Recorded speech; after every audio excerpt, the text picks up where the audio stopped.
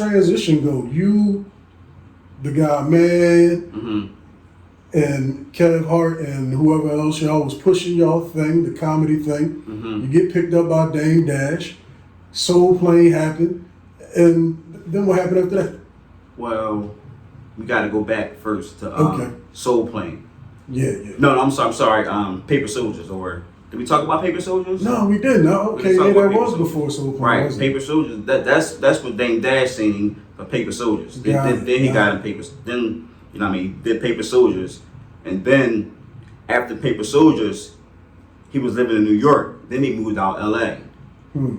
And then that's when really started rolling. And was you with Tory Hart at that time? Yeah. Man, they've been together. They was together a long time. Shout out to Tory. I fuck with Tory. She doing her comedy thing now too, but we gonna cut into that a little bit later. But back to the whole Soul Plane situation. How did you continue on working with Kev during that time? Soul Plane was just fun. Like, it was just fun for us at the time. That was the first time I was ever on a movie set, and something that I remember that I just remember it just felt good. The director, I forget his name. I forget his name, but he did music videos, and he was the director of Soul Plane. Kev was doing something, and he went up to him and was like, "Listen, you're the star of this movie. You can have whatever it is that you want. You're the star." And from there, it was just like, that gave him that confidence. So during that time, you seeing a lot of stuff shaking and moving. You behind the set, you on the scene, you with the star of Soul Plane, you with the pretty much what turned out to be pretty much the star of Paper Soldiers too. Like at the end of the day, because he did play a major role in that movie. Did you get into any type of like management with Kev or with any other artists around that time? No, at the time I was just basically his road manager. At that time, I was just, his road manager. I would travel with him on the weekends, and that was pretty much it. I was just a road manager at that time. That's dope, man. I mean, you met Snoop and all them? Yeah. I got a funny Snoop story. Funny. Yeah. So he want me to meet Snoop. He's like, "Yeah, I want you to meet Snoop. Come on, let's go." I'm like, "All right, cool, come on." We go to Snoop room. Bang on the door, boom, boom, boom, boom. Nobody answer. Bang on the door, boom, boom, boom, boom. Nobody answer. We walk down the hall, like, he ain't answering. We out. Walk down the hall, somebody open the door. Snoop come out. Like, "Yo, that's my little nigga. Come on in here. That's my little nigga Arnold." He called his nigga Arnold from off Different Strokes. Yeah. That's crazy. That's my nigga Arnold. Snoop actually a funny boy too. Yeah, he was funny in that. Yeah, Snoop was really, really cool. He was a cool dude. Go ahead, continue with the story. Yeah. That was it. It was just, you know what I mean? He called him Arnold, and that was just funny to me. Like, you know what I mean? So. You probably still call that boy Arnold. Possibly. So y'all went to high school together. Right. Y'all played basketball together. I'm sure y'all know a lot of the same people. Do people ever ask you like what happened, or do people get the wrong impression, or tell us why are y'all not still like playing some type of role in this? The Plastic Cup Boys or something like that.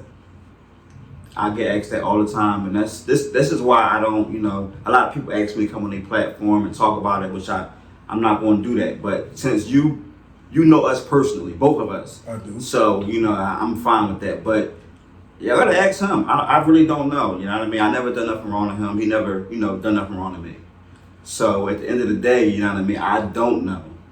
That's something that people will have to ask him. There's no bad blood, If I call him, I'm sure he'll, get time to reach back. I'm sure, but So the last time you talked to Kev Hart, how long ago was that? The last time was like 3 years ago. It was probably over 3 years ago.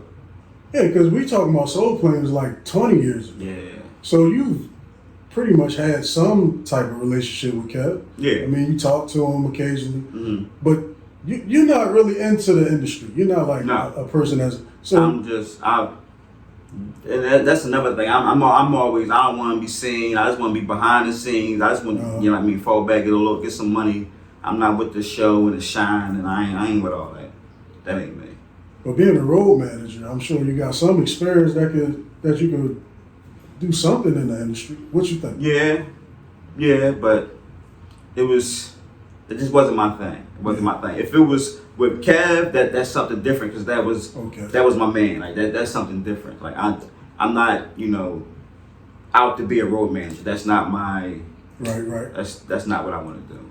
Yeah, I'm just sure. I mean, you probably saw a lot though. You met Snoop. Yeah. Just a lot of times, just being able to be like, look, I know where Snoop at. Right. That could get somebody a deal that that's a rapper or an actor. Mm-hmm. You know what I mean? Just like how Kev met Dame Dash and met Snoop and then met everybody else because he was just doing what he was doing. Right. So, I was just wondering if maybe you ever thought about getting into it because whatever it is that you did with Kev, I mean, it turned out to work.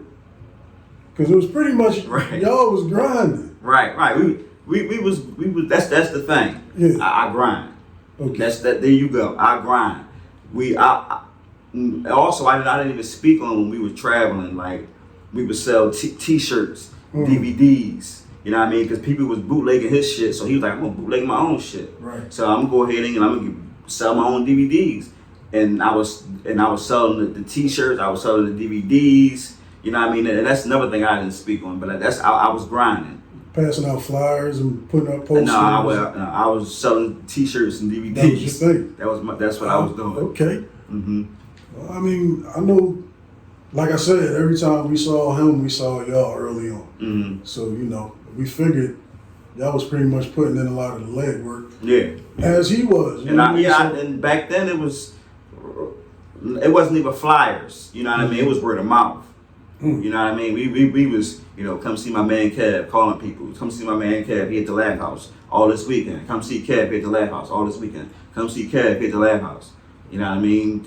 Every time he came to Philly at the Laugh House, he sold it out every single time. Every show. They was trying to add more shows and more shows. He was just selling them all out. Because they couldn't sell enough tickets. So at what point did the Plastic Cup Boys come about? Plastic, Was you around when that whole thing got started? I do. This is what I'm going to say. I know a few of them. And I fuck with them. I fuck with Spank. I fuck with Naeem. I fuck with John. Shout out to Spank. You know what I mean? I fuck with them. Heavily fuck with them. Like, especially Spank. You know what I mean? Spank, like I'm not gonna really speak on it, but Spank, you know what I mean? He show love. Like Spank show love. If I ever need to get in contact, if I ever Spank, I reach out to Spank and it ain't nothing. It ain't nothing for him. So you reach out to Spank to if I need to. If I need to. To contact Kev. If I need to. Well, you can't just call Kev? I can text Kev, but he changed his number, so you know what I mean. Like I said, I haven't spoken to him in 3 years, so he may have changed his number. I don't know. So if I text him, he don't get through. I mean, and I hit Spank. Mm-hmm. Well, I mean, it'd be like that though. 3 years could go by for real for a boy like Kev. It'll feel like a couple of weeks just went by. Right. Because when you're doing it on that level, he pretty much booked for shows and appearances. You know how that shit goes. Right. But I would think that you would be able to just get with him, man, because it seemed like y'all really did put that tick down for him. I mean, like I said, if his number's still the same and I text him, he'll get back. Okay. Well, shit, you said you know Spank, Naeem. Mm-hmm. What else was you around like when he was doing this thing? Like everybody be like, oh, he was there when Kev was doing that movie or that show. After that's pretty much it. Like after them 2 movies he did when he was staying on the East Coast. Mm-hmm. Once he moved to the West Coast, you know what I mean? It was the every day, you know what I mean? All the time. That really, you know what I mean? When it wasn't like no beef, he was just busy. And he also lived, you know what I mean? Flew me out LA a couple times. I was out LA a couple times when he first lived out there. Like he was in an apartment. Him and Tori, they were staying in an apartment. Okay. And you know what I mean? He flew me out a couple times. First time in LA. You know what I mean? Had a good time. All right. Well, shit. He seemed to be in Philly a lot. You don't never link up with him? Nah. Okay. I mean, you a laid back type of dude anyway. Mm-hmm. So you probably ain't trying to be on the Like, whole party scene, but No, you don't never be trying to highlight. I mean, that seemed like a major line though. If it was anything you thought of, would you be like, damn, you know what? I could probably do something like this in the industry. Let me call Cat and see if he know at least some information or. I ain't saying ask that man for a I see bag, what you're but, saying, but he's very resourceful. Yeah, but once again, like, it's that connection is not, it's just not there. Okay.